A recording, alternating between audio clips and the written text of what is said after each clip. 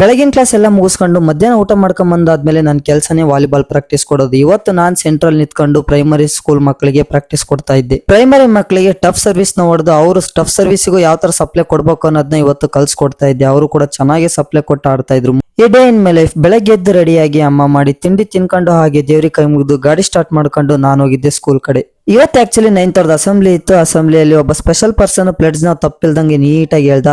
ಹಾಗೆ birthday card ನು present ಮಾಡಿ ನಾನು ಹೋಗಿದ್ದೆ ಆಫೀಸ್ ಕಡೆ. ಆಫೀಸಿಗೆ ಹೋಗಿ ಫಿಂಗರ್ ಪ್ರಿಂಟ್ ಕೊಟ್ಟು ನಾನು ಫಸ್ಟ್ ಕ್ಲಾಸ್ 10th ಇರೋದ್ರಿಂದ 10th ಹೋಗಿ ಇವತ್ತು ಹೊಸ ಚಾಪ್ಟರ್ ಇಂಟ್ರೊಡಕ್ಷನ್ ಟು ಟ್ರಿಗ್ನಾಮೆಟ್ರಿ ಅದನ್ನು ಕೂಡ ನೀಟಾಗಿ ಅರ್ಥ ಆಗಂಗ್ ಮಾಡಿ ನೆಕ್ಸ್ಟ್ ಕ್ಲಾಸ್ ನನಗೆ 9th ಇತ್ತು ಅಂತ 9th ಹೋಗಿ ನಿನ್ನೆ ಟೆಸ್ಟ್ ಇತ್ತು ಅಂತ ಹೇಳಿದ್ನಲ್ಲ, ಅದೇ ತರ ಇವತ್ತು ಟೆಸ್ಟ್ ನ ಕೊಟ್ಟು ನೆಕ್ಸ್ಟ್ ಪೀರಿಯಡ್ ನಾನು ಹೋಗಿ 3rd ಗೆ ಕೂಡ ಬೋರ್ಡ್ ಮೇಲೆ ಕರ್ಸಿ ಟೇಬಲ್ಸ್ ನ ಬರ್ಸಿದ್ ಯಾವ ತರ ಬರೀತಾರೆ ಅಂತ ನೋಡ್ಬೇಕಿತ್ತು. ಟೇಬಲ್ಸ್ ಕೂಡ ಅವರು ತಪ್ಪಿಲ್ದಂಗ್ ಬರೆದ್ರು. ಇನ್ನೇನ್ ಸ್ಪೋರ್ಟ್ಸ್ ಹತ್ರ ಐತೆ ಅಂತ ಮಧ್ಯಾಹ್ನ ಲಾಸ್ಟ್ ಪೀರಿಯಡ್ ಎಲ್ಲಾ ಮಕ್ಕಳನ್ನು ಹೊರಗೆ ಬಿಟ್ಕೊಂಡು 9th ಮತ್ತೆ 10th ಮಕ್ಕಳನ್ನ ಮಿಕ್ಸ್ ಮಾಡ್ಕೊಂಡು ಕಬಡ್ಡಿ ಪ್ರಾಕ್ಟೀಸ್ ಕೊಡ್ತಾ ಇದ್ದೆ.